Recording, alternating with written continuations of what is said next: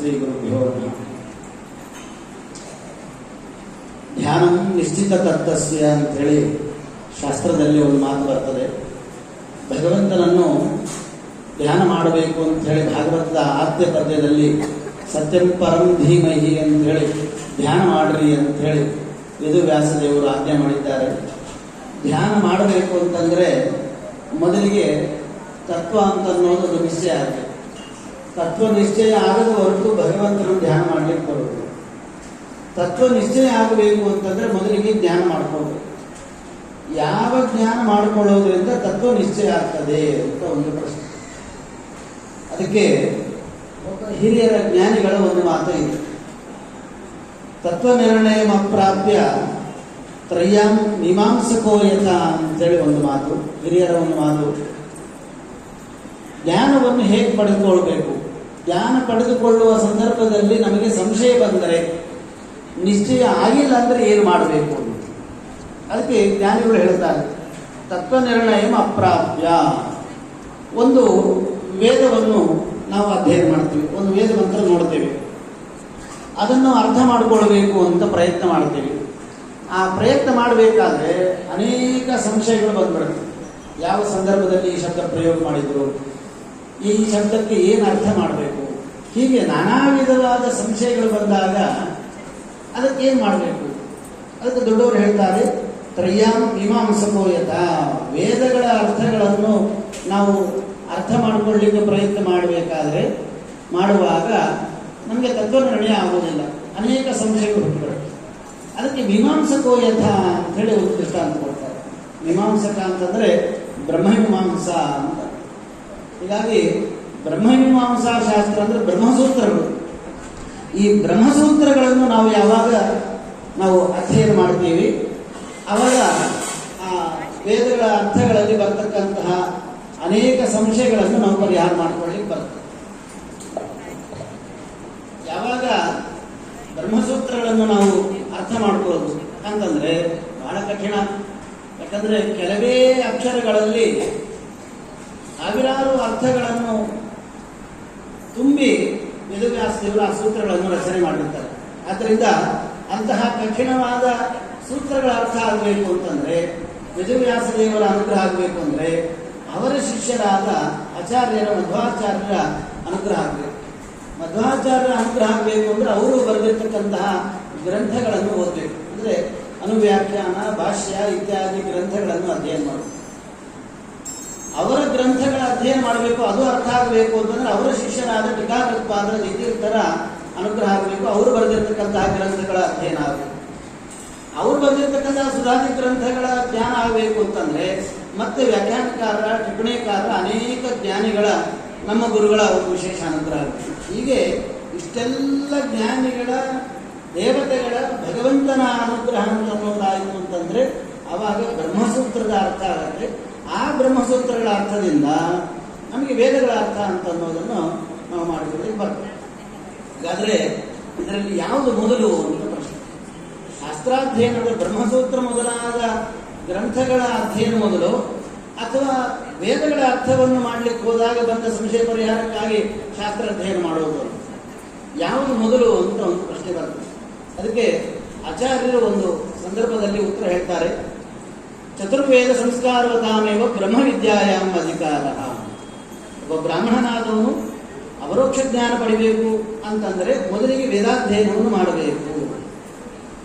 ವೇದ ಇದು 4 ವೇದಗಳಿಂದ ಕೂಡಿದೆ. ಹೀಗಾಗಿ 4 ವೇದಗಳ ಸಂಸ್ಕಾರ ಅಂತ ಅನ್ನೋದು ಯಾವ ಬ್ರಾಹ್ಮಣನಿಗೆ ಇರ್ತದೆ, ಅವನು ಶಾಸ್ತ್ರಾಧ್ಯಯನಕ್ಕೆ ಅಧಿಕಾರಿ ಆಗ್ತಾನೆ, ಅರ್ಹನಾಗ್ತಾನೆ ಅಂತ ಶ್ರೀಮದಾಚಾರ್ಯರು ಹೇಳ್ತಾರೆ.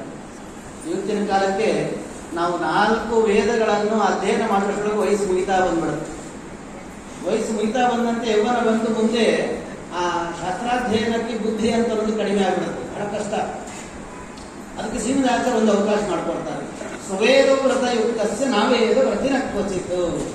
ಅದಕ್ಕೆ 4 ವೇದ ಅಧ್ಯಯನ ಆಗಲಿಲ್ಲ ಅಂದರೂ ಕೂಡ ಕನಿಷ್ಠ ಪಕ್ಷ ನಿಮ್ಮ ಶಾಖೆ ಒಂದು ವೇದ ಸ್ವಶಾಖಾ ಅಧ್ಯಯನ ಆದರೂ ಕೂಡ ಇದು ಮಾಡಬೇಕು ಅಂತ ಆಚಾರ್ಯರು ಹೇಳ್ತಾರೆ. ಈ ಅಧಿಕ ಮಾಸದಲ್ಲಿ ನೀವೆಲ್ಲ ಅನೇಕ ಬಾರಿ ಕೇಳಿರ್ತೀರಿ, ಅಧಿಕ ಮಾಸವನ್ನು ಯಾವುದೇ ಒಂದು ವ್ರತ ಆದರೂ ಮಾಡಿ ಅಧಿಕ ಮಾಸ ಮುಗಿಸ್ಬೇಕಂತ. ಯಾವ ಒಂದು ವ್ರತನೂ ಮಾಡದೆ ಅಧಿಕ ಮಾಸ ಮಾಡಿದ್ರೆ ಅವನು ಮಹಾನರಕಕ್ಕೆ ಹೋಗ್ತಾನೆ ಅಂತ ಹೇಗೆ ಅಧಿಕ ಮಾಸದಲ್ಲಿ ವರ್ಣನೆ ಮಾಡ್ತಾರೆ, ಹಾಗೆ ಬ್ರಾಹ್ಮಣನಾದವನು ಕೂಡ ಒಂದು ವೇದವನ್ನು ನಾನು ಅಧ್ಯಯನ ಮಾಡದೇನೆ ಈ ಬ್ರಾಹ್ಮಣ್ಯವನ್ನು ನಾನು ಮುಗಿಸ್ತೇನೆ, ಈ ದೇಹವನ್ನು ಮುಗಿಸ್ತೇನೆ ಅಂತ ಮಾಡಬಾರ್ದಂತ. ಅದನ್ನು ಆಚಾರ್ಯ ಹೇಳ್ತಾರೆ, ಸುವೇದ ವ್ರತಯುಕ್ತಸ್ಯ ನಾವೇದ ವ್ರತಿನ ಕ್ವಚಿತು. ವೇದ ಮಾಡದೆ, ವೇದಾಧ್ಯಯನ ಮಾಡದೇನೆ ನಾನು ಮತ್ತೆ ಆ ಜೀವನವನ್ನು ಮುಗಿಸ್ತೇನೆ ಅಂತ ಹೇಳೋಂಗಿಲ್ಲ. ಹೀಗಾಗಿ ವೇದಾಧ್ಯಯನ ಅಂತ ಅನ್ನೋದು ಸಾಮಾನ್ಯವಾಗಿ ಅಧ್ಯಯನ ಮಾಡಬೇಕು. ಆದಮೇಲೆ ಆ ಅಧ್ಯಯನ ಮಾಡಿದ ವೇದಗಳ ಅರ್ಥವನ್ನು ನಿರ್ಣಯ ಮಾಡೋದಕ್ಕೋಸ್ಕರವಾಗಿ ಮುಂದೆ ಶಾಸ್ತ್ರಾಧ್ಯಯನ ಅಂತ ಅನ್ನೋದನ್ನು ಮಾಡಬೇಕು. ಹೀಗೆ ಅಂತೂ ವೇದ, ವೇದಾರ್ಥಗಳು ಇವೆರಡೂ ಕೂಡ ಪ್ರತಿಯೊಬ್ಬ ಬ್ರಾಹ್ಮಣನಿಗೆ, ವೈಷ್ಣವರಿಗೆ ಇದು ಅತ್ಯಂತ ಪ್ರಧಾನವಾದದ್ದು ಅನ್ನೋದನ್ನು ನಾವು ಅನೇಕ ಜ್ಞಾನಿಗಳ ಮುಖದಿಂದ ನಾವು ಶ್ರವಣ ಮಾಡ್ತಾ ಇದ್ದೇವೆ. ವೇದಾರ್ಥಗಳನ್ನು ನಿರ್ಣಯ ಮಾಡಬೇಕಾದರೆ ಶಾಸ್ತ್ರಗಳ ಅಧ್ಯಯನ ಮಾಡಿದ ನಂತರದಲ್ಲಿ ತತ್ವ ನಿಶ್ಚಯ ಮಾಡಿಕೊಂಡು ಆದ ಮೇಲೆ ನಾವು ಒಂದೊಂದು ವೇದಗಳನ್ನು ಅಧ್ಯಯನ ಮಾಡಿದ ಒಂದೊಂದು ವೇದಗಳ ಅರ್ಥವನ್ನು ನಾವು ಅಲ್ಲಿ ನಿಶ್ಚಯ ಮಾಡಿಕೊಂಡು ಆದ ಮೇಲೆ ಭಗವಂತನ ಧ್ಯಾನವನ್ನು ಮಾಡಬೇಕು. ಇಷ್ಟೆಲ್ಲ ಹಿನ್ನೆಲೆಯಲ್ಲೇನೆ ವೇದವ್ಯಾಸ ದೇವರು ಸತ್ಯಂ ಪರಂ ಧೀಮಹಿ, ನೀವೆಲ್ಲ ಧ್ಯಾನ ಮಾಡ್ರಿ ಅಂತ ಹೇಳಿದ್ದು.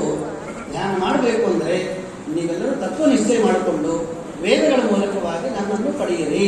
ವೇದೈಶ್ಚ ಸರ್ವೈ ಅಹಮೇವ ವೇದ್ಯ ವೇದಾಂತ ಕೃತ್ ವೇದ ವಿದೇವಚಾಹಂ ಅಂತೇಳಿ ಕೃಷ್ಣನ ಮುಖದಿಂದ ಬಂದಿರತಕ್ಕಂಥ ಏನು ಒಂದು ವಾಣಿ ಇದೆ, ಆ ಮಾತಿಗೆ ಅರ್ಥ ಅಂತೂ ವೇದಗಳಿಂದಲೇನೆ ನಾನು ಪಡೆಯಬೇಕು, ನನ್ನ ಒಂದು ಅಪರೋಕ್ಷ ಜ್ಞಾನವನ್ನು ಪಡೆಯಬೇಕು. ಹಾಗಾದರೆ ವೇದ, ವೇದಾರ್ಥಗಳು ಇವೆರಡು ಅತ್ಯಂತ ಪ್ರಧಾನವಾಗಿರ್ತಕ್ಕಂಥದ್ದು. ಅಂತಹ ವೇದಗಳು, ಅನಂತ ವೇದಗಳು, ಆ ಅನಂತ ವೇದಗಳಿಂದ ಭಗವಂತ ಪ್ರತಿಪಾದ್ಯನಾಗಿರ್ತಕ್ಕಂಥವನು. ಅದರಲ್ಲಿ ಒಂದು ವೇದ ಮಂತ್ರದ ಒಂದು ಅನುಸಂಧಾನವನ್ನು ಗುರುಗಳ ಆಧಾರವಿಂದಗಳ ಒಂದು ಸನ್ನಿಧಾನದಲ್ಲಿ, ರಾಮದೇವರ ಸನ್ನಿಧಾನದಲ್ಲಿ ನಾವು ಚಿಂತನೆ ಮಾಡೋಣ ಅಂತ ಹೇಳ್ತಾ, ಬೃಹತಿ ಸಹಸ್ರದಲ್ಲಿ ವಿಶ್ವಾಮಿತ್ರ ಋಷಿಗಳು ಭಗವಂತನನ್ನು ವಿಶೇಷವಾಗಿ ಸ್ತೋತ್ರ ಮಾಡ್ತಾರೆ. ಆ 1000 ಮಂತ್ರಗಳಲ್ಲಿ ಒಂದಾಗಿರ್ತಕ್ಕಂಥದ್ದನ್ನು ನಾವು ಈ ಸಂದರ್ಭದಲ್ಲಿ ಚಿಂತನೆ ಮಾಡೋಣ. ಇಂದ್ರಸ್ಯ ವೀರ್ಯ ಆಣಿ ಪ್ರಭೋಚಂ ಯಾನಿ ಪ್ರಥಮಾನಿ ವಜ್ರೀ ಅಹಂ ನಹಿಂ ಅನ್ವಪಸ್ತತದ್ದ ಪ್ರವಕ್ಷಣ ಅಭಿನತ್ ಪರ್ವತಾನಾಂ. ವಿಶ್ವಾಮಿತ್ರ ಋಷಿಗಳು ಆ 1000 ಮಂತ್ರಗಳನ್ನು ಭಗವಂತನಿಗೆ ಅನ್ನದ ರೂಪದಲ್ಲಿ ಸಮರ್ಪಣೆ ಮಾಡಿದರು ಅಂತ ನಾವು ಇತಿಹಾಸದಲ್ಲಿ ಕೇಳಿದ್ದೇವೆ.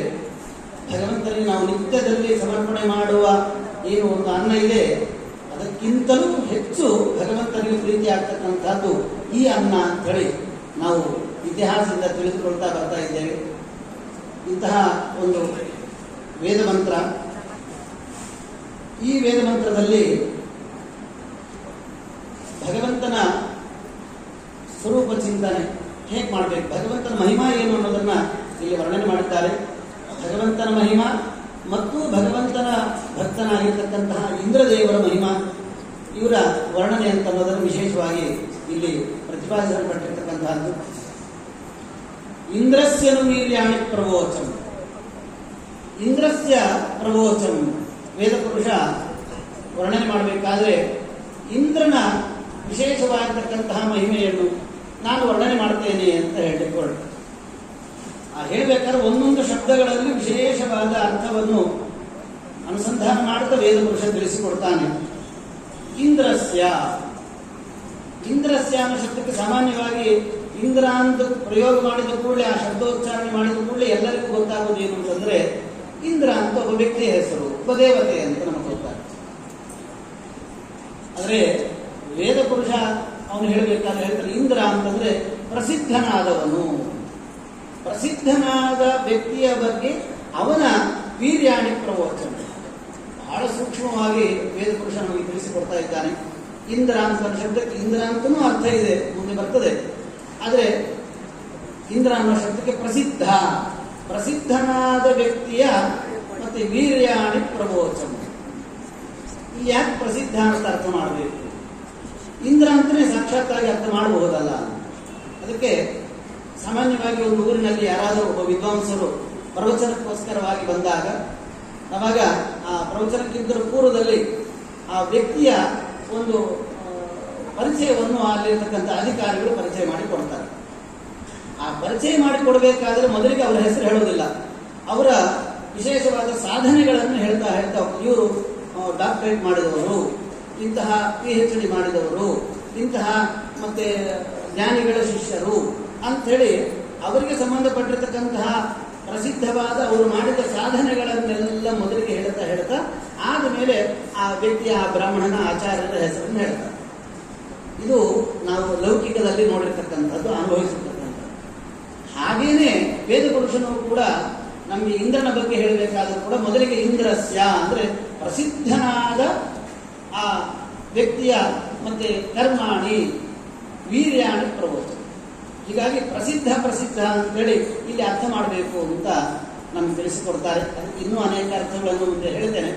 ಹೀಗಾಗಿ ಇಂದ್ರಸ್ಯ ವೀರ್ಯಾಣಿ ಅನ್ನೋದಕ್ಕೆ ಕರ್ಮ ಅಂತ ಇಲ್ಲಿ ಅರ್ಥ ಮಾಡ್ತಕ್ಕಂಥದ್ದು. ವೀರ್ಯ ಅನ್ನೋ ಶಬ್ದಕ್ಕೆ ಸಾಮರ್ಥ್ಯ, ಶಕ್ತಿ, ಪರಾಕ್ರಮ ಹೀಗೆಲ್ಲ ಅನೇಕ ಅರ್ಥಗಳು ಇದೆ. ಇಲ್ಲಿ ಕರ್ಮ ಅನ್ನುವ ಶಬ್ದಾರ್ಥದಲ್ಲಿ ವೇದಪುರುಷ ಆ ವೀರ್ಯ ಅನ್ನುವ ಶಬ್ದವನ್ನು ಪ್ರಯೋಗ ಮಾಡ್ತಾ ಇದ್ದಾನೆ. ಈ ರೀತಿಯಾದ ಅರ್ಥಗಳು ಶಾಸ್ತ್ರಗಳಲ್ಲಿ ಅಲ್ಲೆಲ್ಲೆಲ್ಲಿ ಬರ್ತದೆ. ಅದಕ್ಕೆ ಒಂದು ಉದಾಹರಣೆ ಏನು ಅಂತಂದ್ರೆ, ಭಾಗವತ ದಶಮಸ್ಕಂದದ ಪೂರ್ವಾರ್ಧದಲ್ಲಿ ಮೊದಲನೇ ಅಧ್ಯಾಯದ 2ನೇ ಶ್ಲೋಕದಲ್ಲಿ ಬರ್ತದೆ. ಯದೋಶ್ಚ ಧರ್ಮಶೀಲಸ್ಯ ನಿತರಾಂ ಮುನಿಸತ್ತಮ ತತ್ರಾಂಶೇನ ಅವತೀರ್ಣಸ್ಯ ವಿಷ್ಣುವರು ವೀರ್ಯಾಣಿ ಶಂಸನಃ. ಪರೀಕ್ಷಿತ್ ಮಹಾರಾಜರು ಶುಕಾಚಾರ್ಯನ ಕುರಿತು ಪ್ರಶ್ನೆ ಮಾಡಬೇಕಾದ್ರೆ, ಯದುವಿನ ವಂಶದಲ್ಲಿ ಬಂದ ಧರ್ಮಶೀಲನಾದ ಕೃಷ್ಣನ ವೀರ್ಯಾಣಿ ಪ್ರಬೋಧ, ಆ ಪರಾಕ್ರಮಗಳನ್ನು ತಿಳಿಸಿಕೊಡ್ರಿ ಅಂತ ಹೇಳಿ ಪರೀಕ್ಷಿತ್ ಮಹಾರಾಜರು ಪ್ರಶ್ನೆ ಮಾಡಿದರು. ಆದರೆ ಶುಕಾಚಾರ್ಯರು ಪರೀಕ್ಷಿತ್ ಮಹಾರಾಜರಿಗೆ ಆ ದಶಮಸ್ಕಂದ ಪೂರ್ಣವಾಗಿ ಉಪದೇಶ ಮಾಡಬೇಕಾದ್ರೆ ದೇವರ ಕೇವಲ ಪರಾಕ್ರಮ ಅಷ್ಟೇ ಹೇಳಲಿಲ್ಲ, ಬೇರೆ ಭಗವಂತನ ಮಹಿಮೆಗಳನ್ನು ಹೇಳಿದರು. ಆ ಮಹಿಮೆ ಅಂತ ಅಲ್ಲಿ ಕರ್ಮ ಅಂತ ಅರ್ಥ ಮಾಡಿ, ದೇವರು ತನ್ನ ಬಾಯಿಯಲ್ಲಿ ತನ್ನ ತಾಯಿಗೆ ಯಶೋದಾದೇವಿ ಇಡೀ ಬ್ರಹ್ಮಾಂಡವನ್ನೇ ತೋರಿಸಿಕೊಟ್ರು. ಅಲ್ಲಿ ಪರಾಕ್ರಮ ಇಲ್ಲ. 100 ಗೋಪಿಕಾ ಸ್ತ್ರೀಯರಿಗೆ ವಿಶೇಷವಾಗಿ ಉಪದೇಶ ಮಾಡಿದ ಭಗವಂತ. ರಾತ್ರಿಯೆಲ್ಲ ಧರ್ಮಶಾಸ್ತ್ರದ ಚರ್ಚೆ ಆಯಿತು ಒಂದು ಸಂದರ್ಭದಲ್ಲಿ. ಅಲ್ಲಿ ವೀರ್ಯ ಪರಾಕ್ರಮ ತೋರಿಸಿಲ್ಲ, ಅಲ್ಲಿ ಕರ್ಮವನ್ನು ಮಾಡಿದ, ಉಪದೇಶದ ರೂಪವಾದ ಕರ್ಮವನ್ನು ಮಾಡಿದ. ಮರ್ಕಾಯ ಕಾಮಂ ದದತಂ ಯಥೇಚ್ಛಿತಂ ಅಂತ ಒಂದು ಸಂದರ್ಭದಲ್ಲಿ ತಾನು ಹಾಲು ಮೊಸರು ಬೆಣ್ಣೆಯನ್ನು ತಿನ್ನುವ ಸಂದರ್ಭದಲ್ಲಿ ಅಲ್ಲಿಯೇ ಹೆದರ್ಕೊಂಡು ಕೂತಿರ್ತಕ್ಕಂತಹ ಬೆಕ್ಕಿಗೆ ಬೇಕಾದಷ್ಟು ಹಾಲನ್ನು ಕುಡಿಸಿದ ಅಂತ ಬರ್ತದೆ. ಮರ್ಕಾಯ ಕಾಮಂ ದದತಂ ಯಥೇಚ್ಛಿತಂ ಅಂತೂ ಬೆಕ್ಕಿಗೆ ಹಾಲು ಕುಡಿಸಿದ ಅನ್ನೋ ವಿಚಾರವನ್ನು ಕೇಳ್ತಾರೆ. ಅಲ್ಲಿ ಪರಾಕ್ರಮ ಇಲ್ಲ. ಹೀಗೆ ಪರಾಕ್ರಮಗಳನ್ನೂ ಶುಕಾಚಾರ್ಯ ಉಪದೇಶ ಮಾಡಿದರು. ಇನ್ನೂ ನಾನಾ ವಿಧವಾದ ಭಗವಂತನ ಅದ್ಭುತವಾದ ಕರ್ಮಗಳನ್ನು ಕೂಡ ಅಲ್ಲಿ ಉಪದೇಶ ಮಾಡಿದ್ದಾರೆ. ಹಾಗಾದರೆ ತತ್ರಾಂಶ ಏನಾವತೀರ್ಣಸ್ಯ ವಿಷ್ಣುರ್ ವೀರ್ಯಾಣಿ ಶಂಸನಃ ಅಂತ ಸಂದರ್ಭದಲ್ಲಿ ಆ ವೀರ್ಯ ಶಬ್ದಕ್ಕೆ ಕರ್ಮ ಅಂತೂ ಅರ್ಥ, ಪರಾಕ್ರಮ ಅಂತೂ ಅರ್ಥ. ಹಾಗಾಗಿ ಭಾಗವತಕ್ಕೆ ನಾವು ಅರ್ಥ ಇಟ್ಟುಕೊಂಡಾಗ ಇದು ಕೂಡ ಪಂಚಮ ವೇದನೆ. ಹಾಗಾಗಿ ಆ ಭಾಗವತದ ಅರ್ಥಾನುಸಂಧಾನ ಇಟ್ಟುಕೊಂಡು ಇಲ್ಲಿ ಇಂದ್ರಸ್ಯನು ವೀರ್ಯಾಣಿ ಪ್ರವೋಚಂ ಅನ್ನೋ ಸಂದರ್ಭದಲ್ಲಿಯೂ ಕೂಡ ಆ ಇಂದ್ರಸ್ಯ ವೀರ್ಯಾಣಿ, ಇಂದ್ರನ ವೀರ್ಯಾಣಿ ಅನ್ನೋ ಶಬ್ದಕ್ಕೆ ಕರ್ಮಗಳನ್ನು ನಾನು ಪ್ರವೋಚಂ ವಿಶೇಷವಾಗಿ ನಾನು ತಿಳಿಸಿಕೊಡ್ತೇನೆ ಅಂತ ಹೇಳಿ ವೇದಪುರುಷ ಅಲ್ಲಿ ನಮಗೆ ತಿಳಿಸಿಕೊಡ್ತಾನೆ. ಇಂದ್ರಸ್ಯ, ಇಂದ್ರ ಅನ್ನೋ ಶಬ್ದಕ್ಕೆ ಪ್ರಸಿದ್ಧ ಅಂತ. ಹೇಗೆ ಪ್ರಸಿದ್ಧ ಆದ? ಕೃಷ್ಣ ಬೆಕ್ಕಿಗೂ ಹಾಲು ಕುಡಿಸಿ ಆ ಪ್ರಾಣಿಗೂ ಕೂಡ ವಿಶೇಷವಾದ ಸುಖ ಆನಂದಾದಿಗಳನ್ನು ಕೊಟ್ಟು ಪ್ರಸಿದ್ಧನಾದ. ಗೋಪಿಕಾ ಸ್ತ್ರೀಯರಿಗೆ ಅನುಗ್ರಹ ಮಾಡಿಯೂ ಪ್ರಸಿದ್ಧನಾದ. 100 ದೈತ್ಯರನ್ನು ಸಂಹಾರ ಮಾಡಿಯೂ ಪ್ರಸಿದ್ಧನಾದ. ಅರ್ಜುನಿಗೆ ಗೀತೋಪದೇಶ ಮಾಡಿಯೂ ಪ್ರಸಿದ್ಧ ಆದ. ಹೀಗೆ ಪ್ರಸಿದ್ಧಿಗೆ ಕಾರಣ 100 ಕರ್ಮಗಳು. ಹೇಗೋ ಹಾಗೆ ಇಂದ್ರದೇವರು ಮಾಡಿದ 100 ಸಾಧನೆಗಳಲ್ಲಿ 100 ಸಾಧನೆಗಳಿಂದಲೂ ಕೂಡ ಇಂದ್ರದೇವರು ಪ್ರಸಿದ್ಧರಾದ. ಹಾಗಾದರೆ ಯಾವ ಪ್ರಸಿದ್ಧಿಯನ್ನು ನಾವು ನೋಡಿಕೊಂಡು ಇಂದ್ರನ ಪರ ಕರ್ಮಗಳನ್ನು ನಾವು ಹೇಳುತ್ತೇನೆ ಅಂತ ವೇದಪುರುಷ ಹೊರಟ ಅಂತ ಪ್ರಶ್ನೆ ಮಾಡಿಕೊಂಡು, ಅದಕ್ಕೆ ಪ್ರಸಿದ್ಧಿಗೆ ಕಾರಣೀಭೂತವಾದ್ದು 16 ಇದೆ. ಅದರಲ್ಲಿ ಮೊದಲನೇದು ಈ ಇಂದ್ರದೇವರು ಮನ್ವಂತರಕ್ಕೆ ಅಭಿಮಾನಿ ಆಗಿರ್ತಕ್ಕಂಥದ್ದು.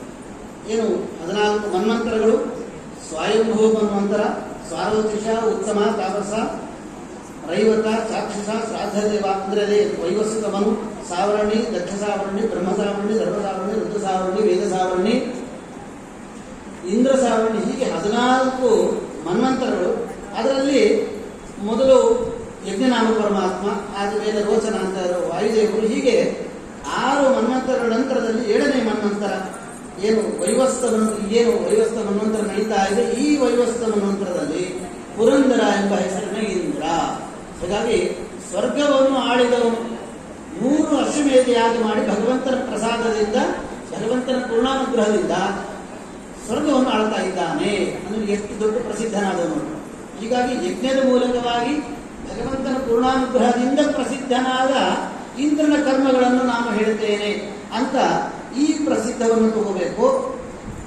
ಅಥವಾ ದ್ವಾದಶಾದಿತ್ಯರಲ್ಲೂ ಕೂಡ ಇಂದ್ರದೇವರಿದ್ದಾರೆ. ಧಾತಾರ್ ಯಮಾಕ ಮಿತ್ರಶ್ಚ ವರ್ಣೋಂಸರ್ ಭಗಸ್ತತ ಇಂದ್ರೋ ವಿವಸ್ವಾಂಕುಶಾಚ ಪರ್ಜನ್ಯೋ ದಶಮಸ್ತತ ತತಸ್ತ್ವಷ್ಟ ತಥೋ ವಿಷ್ಣು. ಹೀಗೆ 12 ದ್ವಾದಶ ಆದಿತ್ಯರ ಹೆಸರು ಹೇಳಬೇಕಾದ್ರೆ ಅದರಲ್ಲಿ 7ನೇ ಏನು ಹೆಸರು ಇಂದ್ರ ಅಂತ ಹೇಳಿ. ಹಾಗಾಗಿ ದ್ವಾದಶ ಆದಿತ್ಯರಲ್ಲಿ ಇಂದ್ರನೂ ಕೂಡ ಒಬ್ಬನಿದ್ದಾನೆ. ಹಾಗಾಗಿ ಇಂದ್ರ ಸೂರ್ಯನಲ್ಲಿ ಇದ್ದುಕೊಂಡು ಜಗತ್ತಿಗೆ ವಿಶೇಷವಾದ ಪ್ರಕಾಶ ಇರ್ಬೋದು, ಜ್ಞಾನ ಇರ್ಬೋದು, ಅಥವಾ ಕಮಲಗಳನ್ನು ಅರಳಿಸೋದಿರ್ಬೋದು, ಅಥವಾ ಇನ್ನು ನಾನಾ ವಿಧವಾದ ಆರೋಗ್ಯ ಭಾಸ್ಕರಾದಿತ್ಯ ಅಂತ ಹೇಳಿದಂತೆ ಇಂದ್ರದೇವರು ಸೂರ್ಯನಲ್ಲಿ ಇದ್ದುಕೊಂಡು ಆರೋಗ್ಯವನ್ನು ಕೊಡ್ತಕ್ಕಂಥದ್ದು. ಹೀಗೂ ಇಂದ್ರದೇವರು ಪ್ರಸಿದ್ಧರಾಗಿದ್ದಾರೆ. ಹಾಗಾದ್ರೆ ಈ ರೀತಿಯಾದ ಪ್ರಸಿದ್ಧನಾದ ಇಂದ್ರನ ಮತ್ತೆ ಕರ್ಮಗಳನ್ನು ನಾನು ಹೇಳಬೇಕು ಅಂತ ಪ್ರಶ್ನೆ ಮಾಡಬಹುದು. ಮತ್ತೊಂದು ರೀತಿಯಾಗಿ ಪ್ರಸಿದ್ಧರಾಗಿರ್ತಕ್ಕಂಥವರು ಇಂದ್ರದೇವರು ಅಷ್ಟದಿಕ್ಪಾಲಕರು. ಅಷ್ಟದಿಕ್ಪಾಲಕರಲ್ಲಿ ಪೂರ್ವ ದಿಕ್ಕಿಗೆ ಅಭಿಮಾನಿ ದೇವರು ಇಂದ್ರದೇವರು. ಇವತ್ತು ನಾವು ಏನಾದರೂ ಸಾಧನೆ ಮಾಡಬೇಕು ಅಂತಂದ್ರೆ ಪೂರ್ವ ದಿಕ್ಕಿಗೆ ಕೂತ್ಕೊಂಡು ಸಾಧನೆ ಮಾಡಬೇಕು ಅಂತ. ಯಾಕಂದ್ರೆ ಅಲ್ಲಿ ಇಂದ್ರದೇವರು, ಅವರಲ್ಲಿ ಇರತಕ್ಕಂತಹ ವಾಯುದೇವರು ಮತ್ತು ಭಗವ ಲಕ್ಷ್ಮೀ ಸಹಿತನಾದ ನಾರಾಯಣನ ಪ್ರೀತಿಗಾಗಿ ಅಲ್ಲಿ ಪೂರ್ವ ದಿಕ್ಕನ್ನು ಕುರಿತು ಮಾಡಬೇಕು ಅಂತಿದೆ. ಹಾಗಾಗಿ ಹೀಗೆ ಪೂರ್ವ ದಿಕ್ಕನ್ನು ಕುರಿತು ಮಾಡತಕ್ಕಂತಹ ಸಾಧನೆಗೆ ವಿಶೇಷವಾದ ಅನುಗ್ರಹವನ್ನು ಮಾಡತಕ್ಕಂತಹ, ಅನುಗ್ರಹವನ್ನು ಮಾಡಿ ಪ್ರಸಿದ್ಧನಾದ ಇಂದ್ರದೇವರ ಬಗ್ಗೆ ನಾವು ಕರ್ಮಗಳನ್ನು ಹೇಳಬೇಕು. ಹೀಗೆ ನಾನಾ ವಿಧವಾಗಿರ್ತಕ್ಕಂತಹ ಇಂದ್ರದೇವರ ಪ್ರಸಿದ್ಧಿ ಅಂತ ಅನ್ನೋದಿರ್ತದೆ. ಇಂದ್ರ ಶಬ್ದಕ್ಕೆ ಅನೇಕ ವಿಧವಾಗಿ ಇಂದ್ರ ಶಕ್ರಾದಿತ್ಯ ವೇದೆ ಯೋಗ